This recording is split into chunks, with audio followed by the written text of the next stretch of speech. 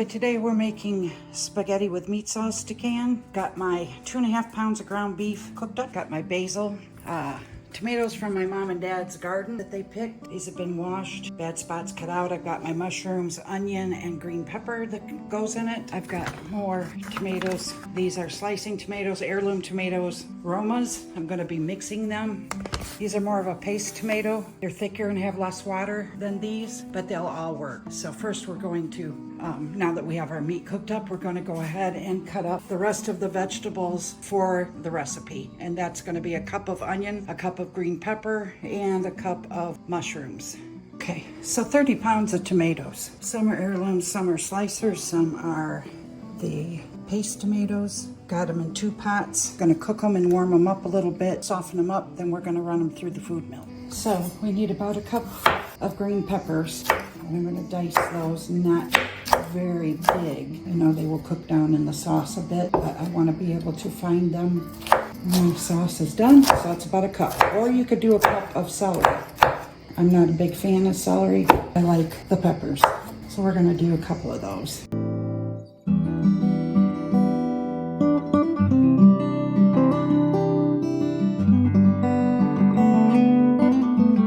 Okay, then I'm gonna cut the ends off of my mushrooms. I'm gonna cube those up a little bit, not necessarily in slices. After we get all the vegetables cut, they're just gonna go right in with the meat. When I have a burner ready, I'll be able to cook them all together with the ground beef that I have about 80% cooked right now. And then when we get our sauce all down and thickened, we can add our meat and vegetables to the sauce.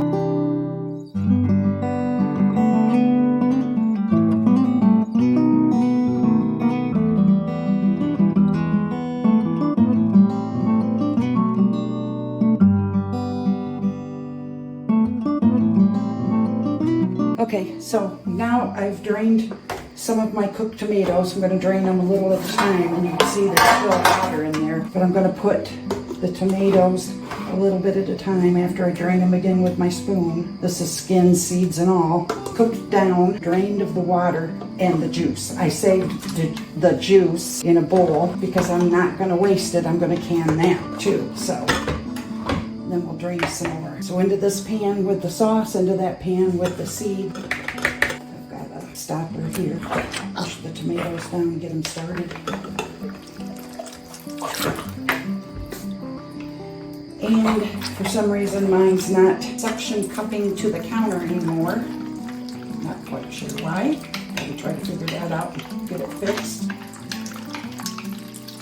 So you see the seeds. Skin's going to go out the end, and the sauce and juice is going to go into this pan. And after I get all my tomato run through this Victoria strainer, then I'm going to put them back in a pan on the stove and cook it down, get some more of that water out, just adding some salt to it at the moment. Not going to add other spices quite yet, or my tomato paste. I have a small amount of tomato paste to go in it, which is optional. You don't really have to have it if you want to cook it down until it's as thick as you like it. Be careful with this because it's hot. They're hot tomatoes. Draining them after cooking them. I'm saving juice to can, and I'm also saving time by cooking down the juice into a thicker sauce. So that's the last of the pulp. This is way drier. And I'm just going to take a knife and go through here and kind of try to remove as much of the pulp off of that as I can. Okay, into the cooking pan, cook it down some more, and we'll keep going with the rest of the tomatoes. Okay, so it's time to chop up the parsley. We're gonna mince it, about 4 tablespoons minced. I suppose if you'd like to, you can use dry parsley. This is 4 tablespoons of minced. So our spaghetti sauce has been cooking away for about 2 hours now. I just come back in and stir it every now and then to keep it from sticking to the bottom. This is a pretty good pot though, so that shouldn't happen. But give it a stir and keep checking on it. It's gonna take a while, and I'll show you. Even after all that amount of time, it is not thick. It's gonna be a little bit.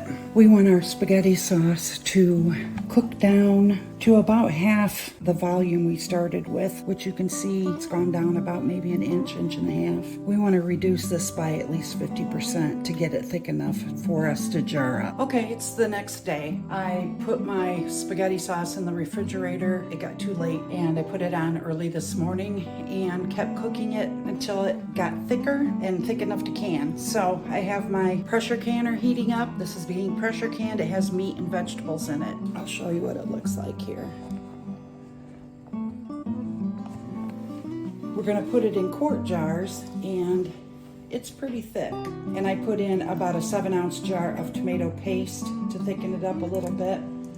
But it's cooked down enough now where it's thick enough to can. So we're gonna put that in our quart jars. So I'm gonna do about a jar at a time, maybe 2. So I'm all ready to can. I have my sauce, my jar lifter, bowl of white vinegar, paper towel, and my funnel.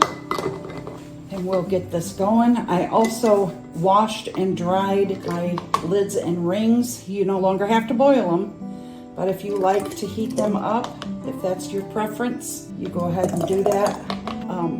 I like to just wash and dry them, have them ready to go. I have no idea how many quarts we're gonna get from this sauce. I think it varies every time because we cook it down to different levels.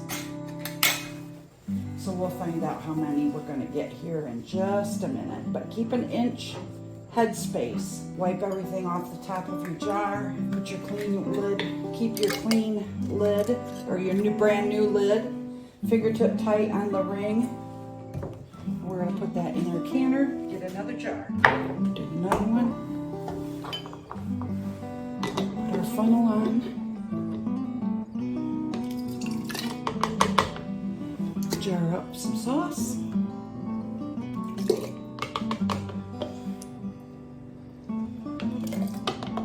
It smells really good and it tastes good.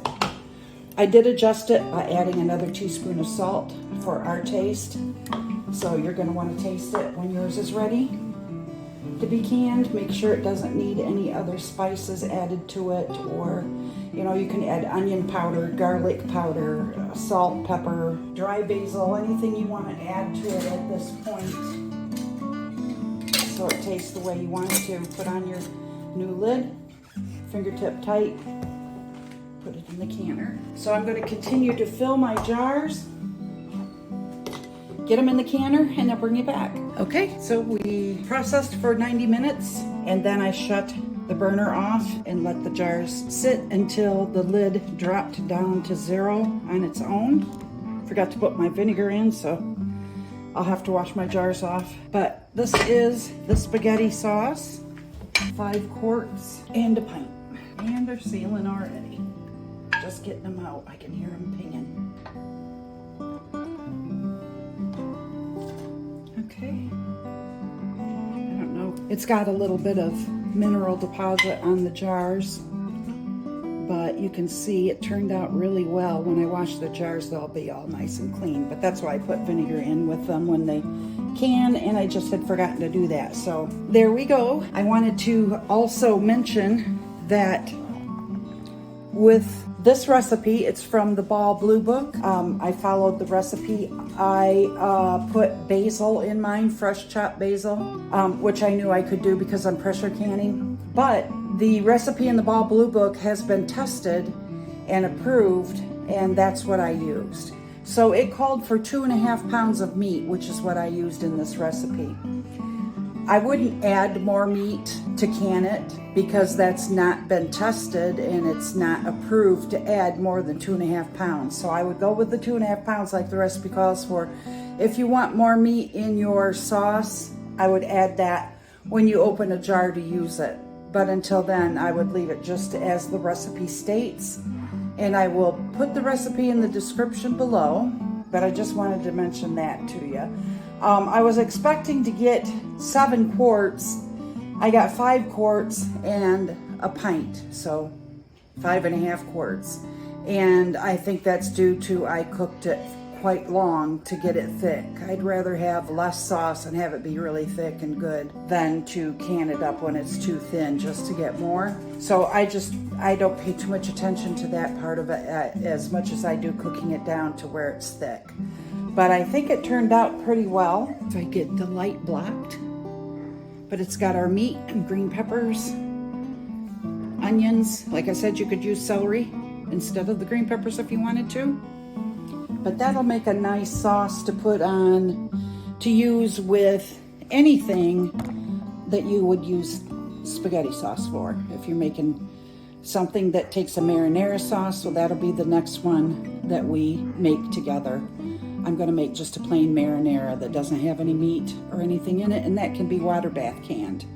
Also, I'm working on ketchup, and that'll be in the next video, and I'll show you how we do that. So I just want to say thank you guys for stopping by and canning with me. This sauce smells so good. It tastes good. I had my husband taste it, and he really liked it. So I know it's good because he's pretty picky on that. So thanks again for stopping by, and I will see you in my next video. Bye, guys.